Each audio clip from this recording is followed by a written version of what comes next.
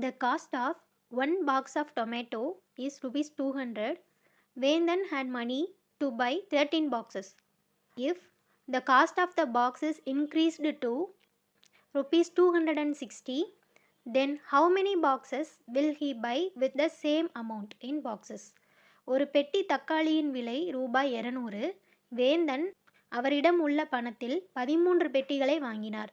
ஒரு பெட்டியின் விலை ரூபாய் 260 என அதிகரித்தால் அவரிடம் உள்ள பணத்தை வைத்து எத்தனை பெட்டிகள் வாங்க முடியும்? பெட்டிகளின் எண்ணிக்கை கேட்டிருக்காங்க.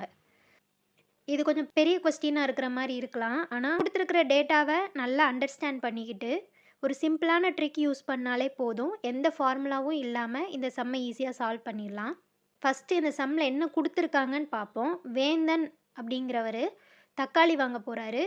ஒரு பெட்டியின் விலை 200 ரூபாயாக இருக்கும்போது 13 பெட்டிகள் வாங்குறாரு. என்ன அமௌண்ட்டுன்றதை நம்மளுக்கு சொல்லலை. அமௌண்ட்டுன்றதை கேட்கவும் இல்லை. அது நமக்கு தேவையில்லை. இப்போது தக்காளியின் விலை ஒரு பெட்டி 200 ரூபாயாக இருந்தால் அவரால் 13 பெட்டிகள் வாங்க முடியும். இப்போ என்ன சொல்கிறாங்கன்னா, பெட்டியின் விலை 260ன்னு அதிகரிக்குதுன்னு சொல்கிறாங்க. அப்படி அதிகரிச்சிச்சுன்னா அதே பணத்தை வச்சு அவரால் எத்தனை பெட்டிகள் வாங்க முடியும்னு கேட்டிருக்காங்க. அப்போது கண்டுபிடிக்க வேண்டிய பெட்டிகளின் எண்ணிக்கையை நம்ம எக்ஸ்ன்னு எடுத்துக்கிடுவோம். கொஸ்டினில் ஒரே ஒரு லாஜிக் என்னென்னா, ஒரு பெட்டி 200 ரூபான்னு வச்சு 13 பெட்டி வாங்கும்போது கிடைக்கிற விலையும், ஒரு பெட்டி 260 ரூபான்னு வச்சு எக்ஸ் பெட்டிகள் வாங்கும்போது கிடைக்கிற விலையும் சமம். அந்த லாஜிக் தான் நம்ம இங்கே யூஸ் பண்ண போகிறோம்.